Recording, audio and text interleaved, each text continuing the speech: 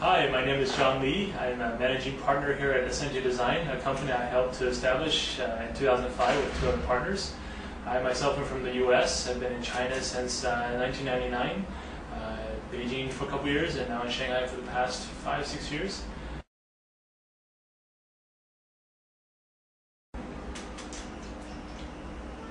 What are the hardest parts about operating in China to be creative? Like how do you come up with new ideas, fresh ideas on a regular basis for your clients? It's actually not that hard. I mean, the reality is, again, that's why we have a team here of consumer researchers, consumer insights team.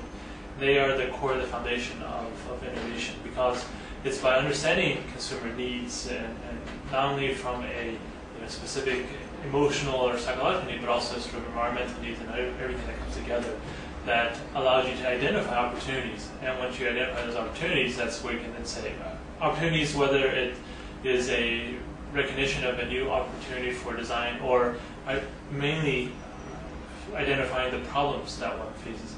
It's in those identification of problems that you then have your brainstorming for your design solutions that you can then come up with innovative new ideas. So to take that one step further is that once you have identified those problems, then that's what can help you identify a product portfolio strategy, and with that your marketing, communications, and everything just falls very clearly after that.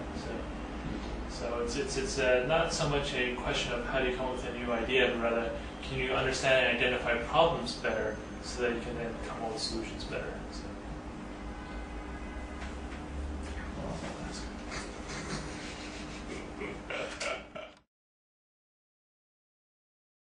Again, it's about social consciousness, right? And I think the past couple years that has gotten larger, higher, whatever.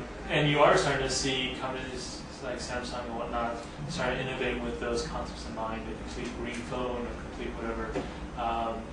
But unfortunately, green is more of a marketing thing. And unless you truly have your company as one of your core components of developing for green, it's unfortunately, if in another year or two green is no longer the buzzword, I have a feeling that, again, green is about economics, right? And to be green sometimes costs a little bit more upfront.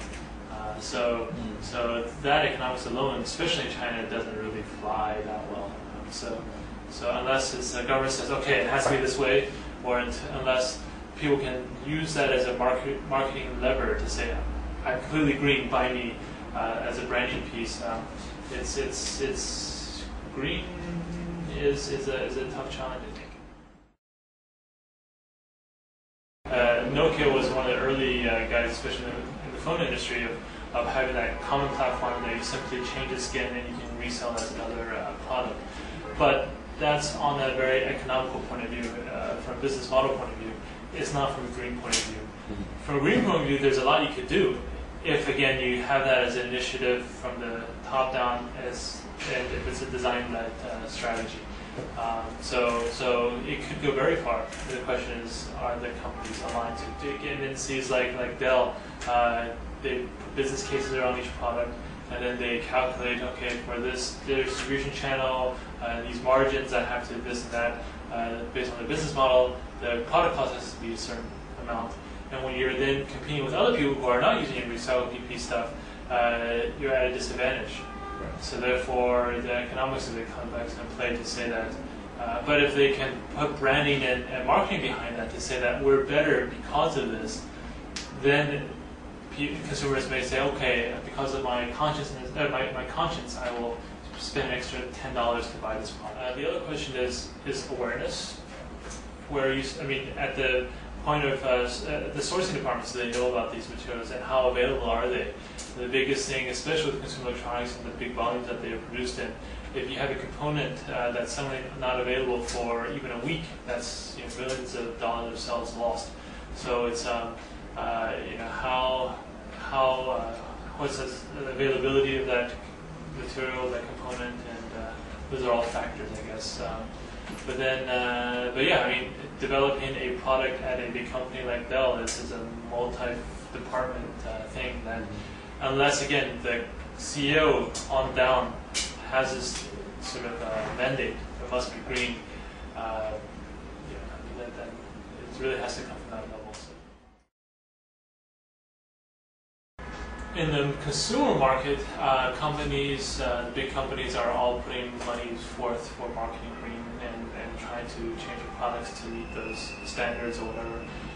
From a design community side, there are design competitions looking for green products. There are universities trying to talk more about green. It's very much that type of level, more of the a couple of people who are interested form a group to talk about green. So it's that kind of level of discussion. If you ask anyone in our office about green design, they all have some awareness about it, but in terms of how do they really push it to that level, it's really up to either the individual designer or one of the partners to push that through the design process. So I think that awareness is kind of getting there, but how do you actually bring it down to a daily sort of process? I think around the world, it's something that people continue to, again, it has to be pushed from top down. Fair enough. Is that it? So, one go-to resource, and it's very much the design team, design company, designer themselves going out to look for that information. So I think that looking into the long term, especially in China, it's about bringing that education into the system. It's about developing that consciousness, that awareness to this